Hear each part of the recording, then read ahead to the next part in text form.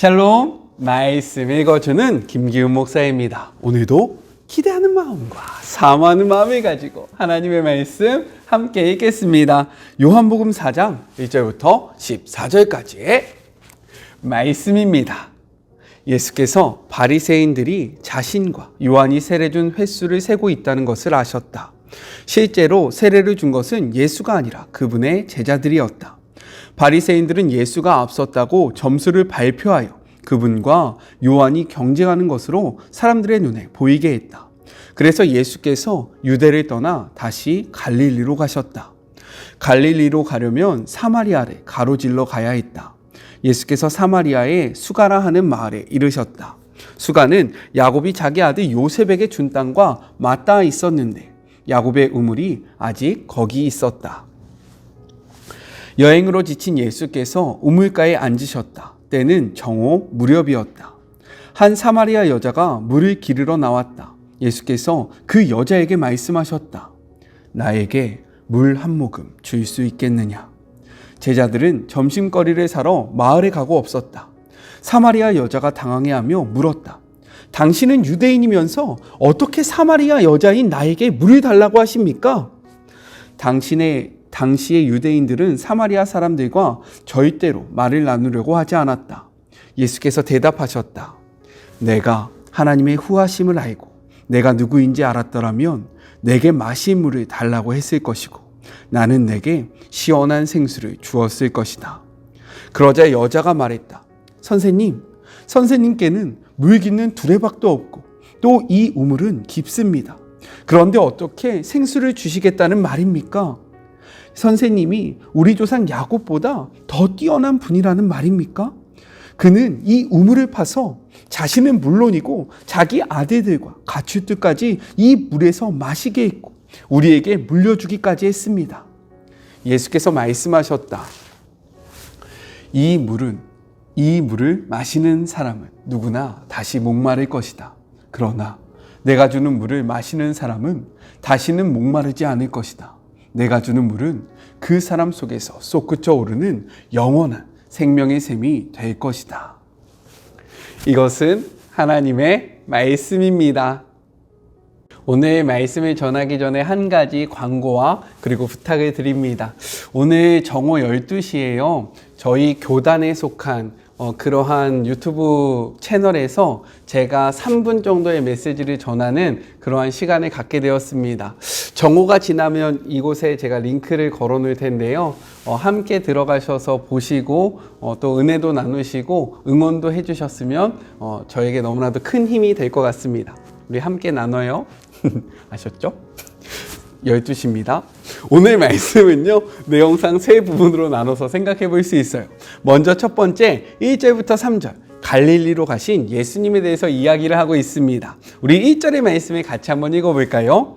예수께서 제자를 삼고 세례를 베푸시는 것이 요한보다 많다 하는 말을 바리새인들이 들은 줄을 주께서 아신지라 라고 기록되어 있습니다. 이는요, 왕성하게 전개되었던 초기 유대 사역을 정리하고 왜 사역지를 옮기게 되었는지 그 배경을 설명해 주고 있는 말씀인 거예요. 앞서서 3장 26절의 기록을 보면요, 요한의 제자들의 불평 속에서도 드러났듯이 예수님의 사역이 점점점 확대되고 있음을 우리가 확인할 수 있습니다. 특별히 여기서 바리새인인들이다 라는 이 표현은요, 일반적인 바리새인들을 나타내는 것이 아니라 사내들인 회원으로서 종교적인 행사와 의식들을 관장할 수 있는 권위를 지닌 특별한 사람들로 생각해 볼 수 있어요. 당시 이단적인 사상을 가진 자나 자신들의 사상과 상이된 자들을 색출하는 이들을 바로 이러한 바리새인들이 맡았기 때문입니다. 우리가 앞서서요, 1장 24절에서 세례 요한을 조사하기 위해서 조사단을 파견했던 바리새인들이 나오지 않습니까? 이제는 그 바리새인들이 더 많이 추종자가 생겼던 예수님을 쫓게 되었고 그에게 주목했다라고 성경이 이야기를 하고 있는 거예요. 우리 2절의 말씀도 같이 한번 읽어보겠습니다. 예수께서 친히 세례를 베푸신 것이 아니요 제자들이 베푼 것이라 라고 기록되어 있어요. 초대교회 당시 성도들 사이에서는요, 누구로부터 세례를 받았느냐가 굉장한 큰 이슈였고 뜨거운 관심사였습니다. 그리고 이것이 서로 보이지 않게 편을 나누는 그러한 기준이 됐고요. 또 서로의 높고 낮음. 내가 받았던 그 세례, 나에게 세례를 줬던 사람은 사도였어. 내가 세례를 받은 사람은 바울이었어. 나는 아볼로였어. 나는 베드로였어. 나는 예수님께 받았어. 이러한 기록이 나오지 않습니까? 이럴 만큼 당시 누구에게 세례를 받았느냐는 매우 중요한 관심사였고 뜨거운 그러한 이슈였다라는 거예요. 이를 통해서 교회가 갈라지기도 했고요. 편이 나눠지기도 했습니다. 그렇기 때문에 예수님은요, 이러한 것을 아셨기 때문에 직접 세례를 베풀지 않았음을 이야기하고 있는 거예요. 예수님께 세례를 받았다. 내가 예수님의 직통제자다 라고 이야기하는 자들을 막기 위해서 예수님께서 이러한 일들을 행하시지 않았다는 것을 특별히 요한이 기록하고 있다라고 우리가 생각해 볼 수 있습니다. 또한 더욱더 중요한 그러한 이유가 있는데 무엇이냐? 당시 시대적인 흐름에서는요, 예수님이 직접 세례를 베푸셨다라는 이 의미가 어떠한 의미냐면 예수님은 누구에게 세례를 받으셨습니까? 세례 요한에게 세례를 받았다라는 거예요. 세례 요한이 베풀었던 세례를 받고 예수님도 세례를 베푸신다라는 것이 당시 사람들에게는 어떻게 받아들여졌냐? 예수님은 세례 요한의 제자구나 라고 생각이 되어질 수 있었다라는 겁니다. 그런데 예수님이 세례 요한의 제자입니까? 그렇지 않다라는 거예요. 예수님은요, 인류의 메시아로서 구속 사역을 감당하셔야 하는 분이기 때문에 세례 요한의 제자로서 세례를 베푸신 것이 아니라 이러한 구속사적인 사역을 감당케 하기 위해서 세례를 베푸셨음을 이야기하기 위한 이 2절의 기록. 예수님이 직접 세례를 베푸신 것이 아니라 제자들을 통해서 세례를 베푸셨다라는 이야기를 꼭 할 수밖에 없었던 그러한 배경이 있었다라는 것들을 이해해 주시면 성경을 바라보시는데 더욱더 큰 그런 이해의 폭이 생길 것 같습니다. 우리 3절의 말씀도 같이 한번 읽어볼게요. 유대를 떠나사 다시 갈릴리로 가실세라고 기록이 되어 있어요. 예수님이 서둘러 떠나신 것은 유대에 있는 사람들을 모두 포기하셔서다라고 이야기하는 사람들이 있는데요. 그것은 성경의 의미를 제대로 알지 못하는 것입니다. 예수님께서 진짜로 이 유대를 떠나셨던 이유가 무엇이냐면 유대 종교 지도자들과 불필요한 마찰을 피하기 위해서 이것을 피했다라고 우리가 생각해야 한다라는 거예요. 즉 예수님은 이 모든 것을 하나님이 정하신 시간표에 맞춰서 행하셨음을 보여준다라는 겁니다. 요한복음에 보면요, 이러한 표현이 많이 나옵니다. 하나님의 때, 아직 때가 되지 않았다. 때가 이르지 않았으므로, 때가 되지 않아서 이러한 표현이 자주 나온다라는 거예요. 이러한 것은요, 예수님이 자신 마음대로 사역했음을 이야기하는 것이 아니라 하나님의 때에 맞춰서 하나님의 정해주신 그 기간 안에서 하나님의 일을 하셨음을 우리가 알 수 있다라는 거예요. 이를 통해 우리도 예수님처럼요, 우리의 때에 하나님의 일하심을 기대하기보다는 하나님의 때에 하나님의 방법으로 하나님의 일하심을 기대하기를 소망해야 한다라는 거예요. 우리의 기분에 따라, 상황에 따라 그냥 우리가 감정적으로 결정하는 것이 아니라 말씀 앞에 멈춰서서 우리의 말씀이, 하나님의 말씀이 우리에게 어떠한 말씀을 하고 있는지 다시 한번 생각해보고 이 때가 나의 기분으로 정한 때인가 아니면 진정으로 하나님이 이루신 때인가를 분별하여 이 때를 이루어 나가는 우리 모두가 되었으면 좋겠습니다. 둘째, 4절부터 8절 사마리아로 들어가신 예수님에 대해서 이야기를 하고 있어요. 이제부터 나누어질 이 말씀을 나누기 전에요, 제가 소개할 찬양이 있습니다. 그것이 무엇이냐? 지금 BGM으로 깔리고 있는 그 찬양인데요. 김보규라는 CCM 가수가 부른 나는 사마리아 여인에게 말을 건다 라는 찬양입니다. 이 찬양의 배경이 바로 오늘의 본문과 내일 본문의 그 이야기를 배경으로 하고 있고요. 예수님이 왜 사마리아로 가셨는지, 어떠한 관점으로 우리가 이 말씀을 바라봐야 하는지 굉장히 중요한 포인트를 우리에게 알려주고 있기 때문에 오늘의 말씀과 함께 이 찬양을 함께 묵상하시길 추천하고 권면합니다. 우리 4절의 말씀을 같이 한번 읽어볼게요. 사마리아를 통과하여야 하겠는지라 라고 기록되어 있습니다. 예수님은요, 유대를 떠나 갈릴리로 가실 때에 사마리아를 통과해서 가야 되겠다라고 말씀하셨어요. 그 당시 경건한 유대인들은요, 이 사실 사마리아로 지나가는 것이 더욱더 빨리 가는 길이었습니다. 하지만 정통 유대인들, 바리새인들, 경건하다라고 생각되어지는 사람들은요, 바로 갈 수 있는 이 길을 냅두고 우회로 더욱더 돌아가야 하는 길을 선택했다라는 거예요. 왜 그런지 그 이유와 배경에 대해서 제가 잠시 설명해 드리겠습니다. 사마리아는요, 북왕국 이스라엘의 수도였습니다. 그런데 정통 유대인들은 사마리아인들을 매우 경멸했다라는 거예요. 그 이유가 무엇이었냐면 아수르가 북이스라엘을 점령한 뒤에 취했던 행동 때문인데, 그들은 인종과 종교의 혼합 정책을 펼쳤습니다. 따라서 이 사마리아 지역에 있는 사람들이요, 자신의 그 유대인으로서의 혈통을 지킨 것이 아니라 이방인들과 하나가 되었고요, 아무렇지 않게 섞였고 이들과 혼합이 되어서 이들의 혈통이 믹스가 되었다라는 거예요. 그렇기 때문에 정통, 자신의 혈통을 매우 중요하게 여겼던 유대인들은요, 이 사마리아인들을 개 되지만도 못한 사람들이다, 혈통을 지키지 않았고 하나님의 그 선민으로서의 자존심을 버렸기 때문에 너희들은 상종하지 못할 존재다라고 생각하면서요, 그 사마리아 지역을 지나가지 않았고요, 사마리아인들과 말을 섞지 않았습니다. 이것이 그 당시의 문화였고요, 그 당시에 많은 사람들이 행했던 보편적인 삶의 모습이었다라는 거예요. 그런데 중요한 것이 무엇이냐? 예수님은요, 이러한 사마리아를 굳이 통과하여 가야겠다라고 말씀을 하셨다라는 거예요. 왜 그랬을까요? 그 이유가 무엇이냐? 그 사마리아 땅에도요, 하나님의 자녀가 있었기 때문이다.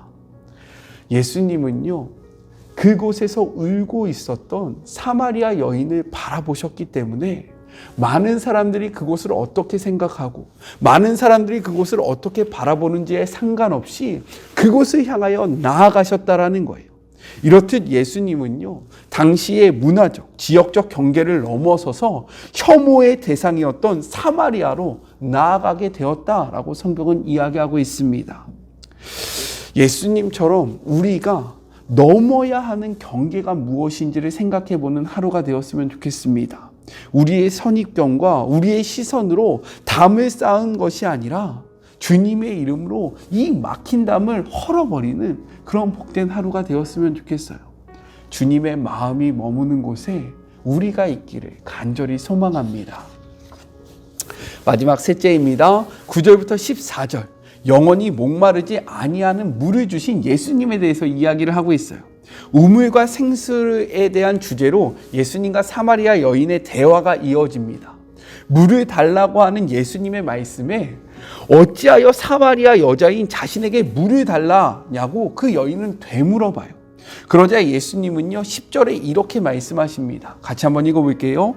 예수께서 대답하여 이르시되 내가 만일 하나님의 선물과 또 내게 물을 좀 달라 하는 이가 누구인 줄 알았더라면 내가 그에게 구했을 것이요 그가 생수를 내게 주었으리라 라고 이야기합니다. 이 말씀을 들은 여인은요, 다시금 이렇게 물어봐요. 11절의 말씀입니다. 여자가 이르되 주여 물 기를 그릇도 없고 이 우물은 깊은데 어디서 당신이 그 생수를 얻겠사옵나이까? 라고 물어보고 있다라는 거예요. 이 여인의 질문은요, 두 가지를 담고 있습니다. 먼저는 생수를 주는 방법에 대해서 이야기를 하는 거예요. 우물은 깊고 그릇도 없으면서 당신이 어떻게 나에게 물을 줄 수 있느냐라고 묻고 있는 거고요. 둘째는 예수의 정체성에 대해서 이야기하고 있는 거예요. 자기 조상 야곱이 이 우물을 주어서 그의 아들들, 짐승들, 그리고 심지어 그의 후손인 우리들까지 이 우물을 먹고 있는데 당신은 이 위대한 야곱보다 더욱더 높은 존재냐? 아니지 않냐? 라면서 예수의 존재성에 대해서 질문을 하고 있다는 거예요. 이러한 질문 앞에 예수님은요, 13절 이렇게 대답하십니다. 예수께서 대답하여 이르시되 이 물을 마시는 자마다 다시 목마르려니와. 이 말이 무엇입니까? 우리가 아무리 물을 마셔도 또다시 갈증이 나는 것처럼, 그런 의미에서 물을 한 잔 마셔볼까요? 네, 우리가 지금 제가 이렇게 물을 마셔도 조금 지나면 또 갈증이 나지 않습니까? 이렇듯 세상에 있는 것들로는 우리의 욕망, 우리의 마음, 우리의 만족감을 채울 수 없다라고 이야기하는 거예요. 돈, 명예, 지식, 권세 등은 세상에서 중요하다라고 이야기하고요. 이것을 소유할 때 우리가 만족감을 누릴 수 있다라고 이야기합니다. 하지만 이러한 것이 우리에게 주는 만족감은 우리가 이 물을 마셨을 때 잠시 갈증이 해소되는 것처럼 정말로 이것을 소유하면 모든 것이 다 이루어진 것 같이 느껴질 것처럼 생각되어지지만 막상 그것을 소유하면요, 어느새 금방 또 다른 갈증이 우리 마음속에 일어난다라고 이야기를 하고 있는 거예요. 그리고 이어서 14절 이렇게 말씀하십니다. 내가 주는 물을 마시는 자는 영원히 목마르지 아니하리니 내가 주는 물은 그 속에서 영생하도록 샘솟아나는 샘물이 되리라 라고 이야기해요. 세상적인 것은 순간적인 만족만을 주므로 계속해서 추구하여도 여전히 갈증을 느끼지만 예수님이 주시는 것은 인생의 근본 문제를 해결할 수 있는 것이므로 더 이상 갈증을 느끼지 않게 된다라고 말씀하신다라는 거예요.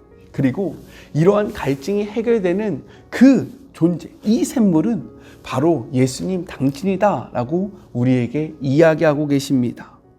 우리는 어떠한 만족감을 쫓아서 살아가고 있습니까?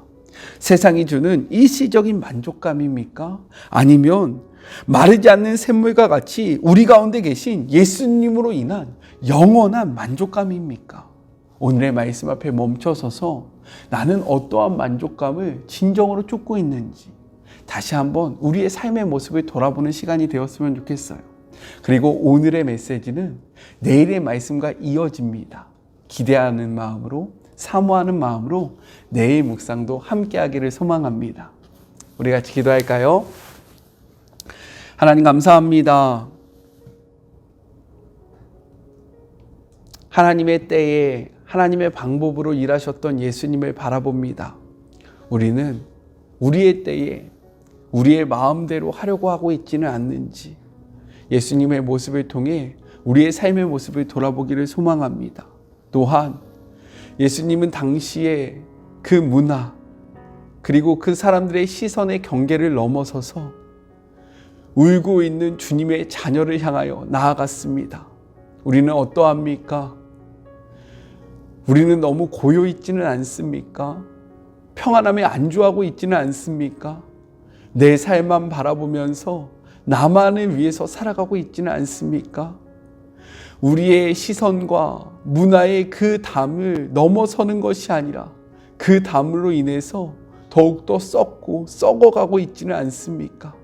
오늘 말씀 앞에 정말로 막힌 담을 헐게 하여 주시고 주님의 시선이 머무는 곳에 우리의 발걸음이 있을 수 있도록 우리의 손과 우리의 눈이 그곳을 향하여 나아갈 수 있도록 주님 축복하여 주시고 함께하여 주시옵소서. 하나님, 우리는 어떠한 만족감을 추구하며 살아가고 있습니까?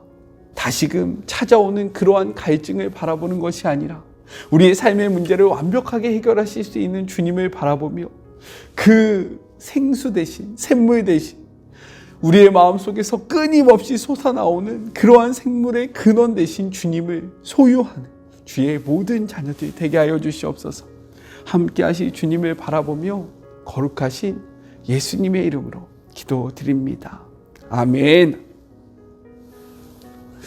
오늘은 제가 좀 이렇게 기분이 좋아서 좀 흥분해서 말씀을 전한 것 같은데 죄송하고요.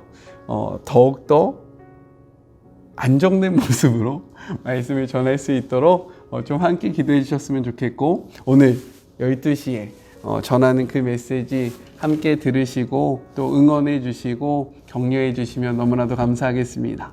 저는요, 또 내일 만나도록 할게요. 사랑하고 주님의 이름으로 축복하면서 오늘 하루도 힘내세요. 우리 내일 만나요. 안녕. 오늘도 수고하셨습니다.